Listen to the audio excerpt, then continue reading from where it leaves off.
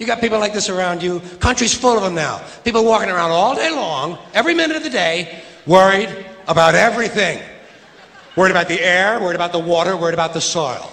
Worried about insecticides, pesticides, food additives, carcinogens. Worried about radon gas, worried about asbestos. Worried about saving endangered species. Let me tell you about endangered species, all right? Saving endangered species is just one more arrogant attempt by humans to control nature. It's arrogant meddling. It's what got us in trouble in the first place. Doesn't anybody understand that? Interfering with nature. Over 90%, way over 90% of all the species that have ever lived on this planet, are gone. They're extinct. We didn't kill them all. They just disappeared. That's what nature does. They disappear these days at the rate of 25 a day. And I mean regardless of our behavior. Irrespective of how we act on this planet, 25 species that were here today will be gone tomorrow. Let them go gracefully. Leave nature alone. Haven't we done enough? We're so self-important. So self-important. Everybody's going to save something now. Save the trees, save the bees, save the whales, save those snails. And the greatest arrogance of all, save the planet. What? Are these fucking people kidding me? Save the planet? We don't even know how to take care of ourselves yet. We haven't learned how to care for one another. We're gonna save the fucking planet? I'm getting tired of that shit. Tired of that shit. Tired. I'm tired of fucking Earth Day. I'm tired of these self-righteous environmentalists, these white bourgeois liberals who think the only thing wrong with this country is there aren't enough bicycle paths. People trying to make the world safe for their Volvos. Besides, environmentalists don't give a shit about the planet. They don't care about the planet. Not in the abstract, they don't.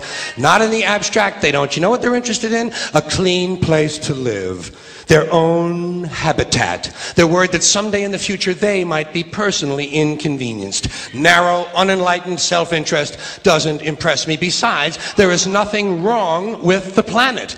Nothing wrong with the planet. The planet is fine. The people are fucked. Difference. Difference. The planet is fine. Compared to the people, the planet is doing great. It's been here 4.5 billion years. Did you ever think about the arithmetic?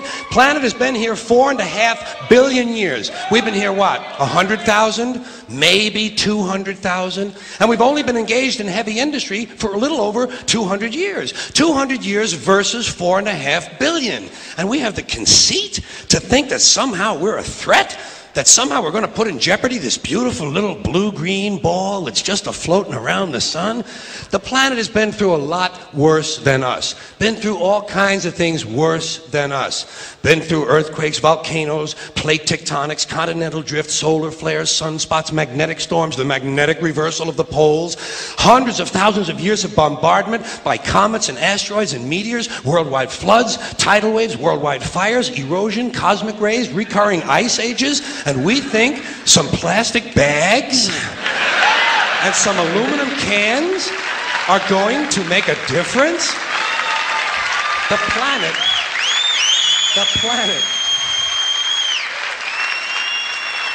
planet isn't going anywhere.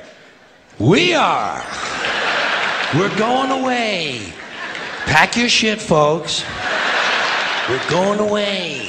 And we won't leave much of a trace either. Thank God for that. Maybe a little styrofoam. Maybe. Little styrofoam.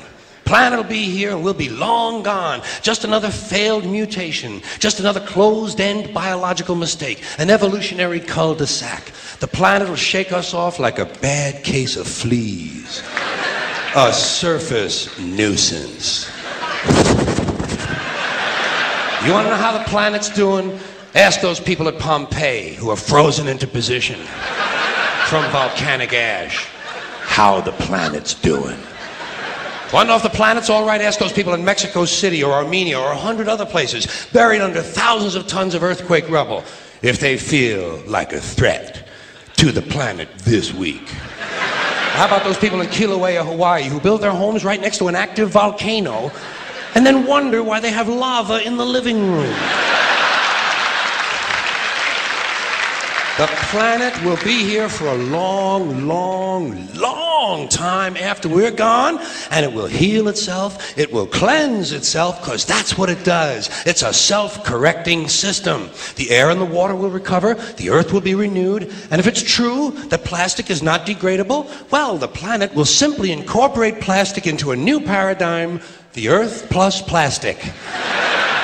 The earth doesn't share our prejudice towards plastic. Plastic came out of the earth. The earth probably sees plastic as just another one of its children. Could be the only reason the earth allowed us to be spawned from it in the first place. It wanted plastic for itself. Didn't know how to make it. Needed us. Could be the answer to our age-old philosophical question, why are we here?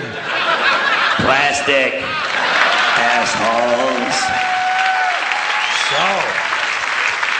So, the plastic is here, our job is done, we can be phased out now, and I think that's really started already, don't you? I mean, to be fair, the planet probably sees us as a mild threat, something to be dealt with, and I'm sure the planet will defend itself in the manner of a large organism, like a beehive or an ant colony can muster a defense. I'm sure the planet will think of something. What would you do if you were the planet trying to defend against this pesky, troublesome species? Let's see, what might, viruses. Viruses might be good. They seem vulnerable to viruses. And viruses are tricky, always mutating and forming new strains whenever a vaccine is developed. Perhaps this first virus could be one that compromises the immune system of these creatures. Perhaps a human immunodeficiency virus, making them vulnerable to all sorts of other diseases and infections that might come along. And maybe it could be spread sexually, making them a little reluctant to engage in the act of reproduction. Well, that's a poetic note. And it's a start. And I can dream, can't I? See, I don't worry about the little things. Bees, trees, whales, snails. I think we're part of a greater wisdom than we will ever understand. A higher order. Call it what you want. Know what I call it? The big electron. The big electron. Whoa. Whoa. Whoa. It doesn't punish. It doesn't reward. It doesn't judge at all. It just is. And so are we. For a little while. Thanks for being here with me for a little while tonight. Thank you. Thank you very much.